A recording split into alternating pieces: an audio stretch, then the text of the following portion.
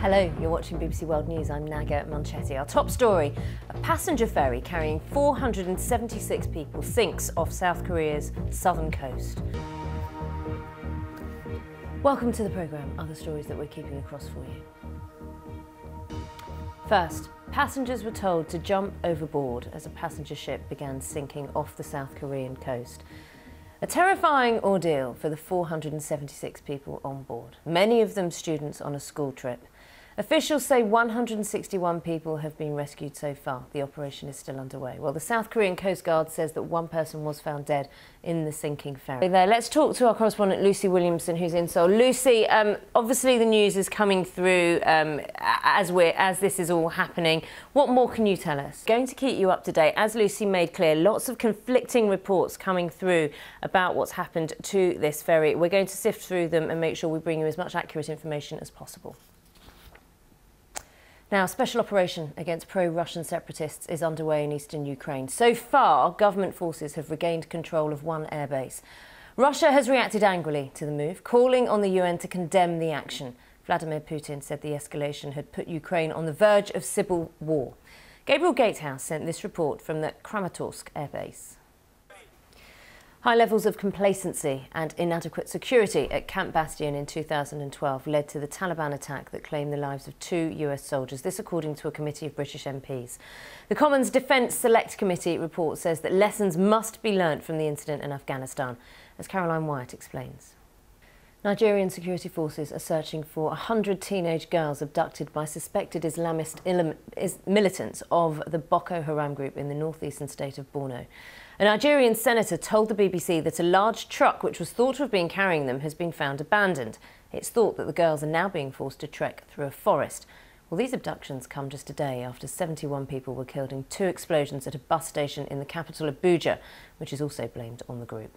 Will Ross has witnessed the consequences of that attack, and I should warn you, his report does contain some scenes that viewers may find distressing.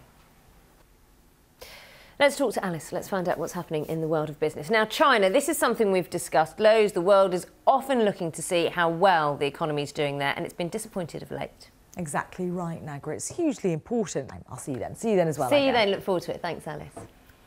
Do stay with us on BBC News. There's plenty to come, including Syria has joined the list of countries where the murder of a journalist is most likely to go unpunished. This is according to the Committee to Protect Journalists, which has just released an impunity index. This is a list that aims to shine a light on countries where journalists are most at risk. With 100 deaths in the last decade and not a single conviction, Iraq is the worst offender, a spot it has held since the index began in 2008.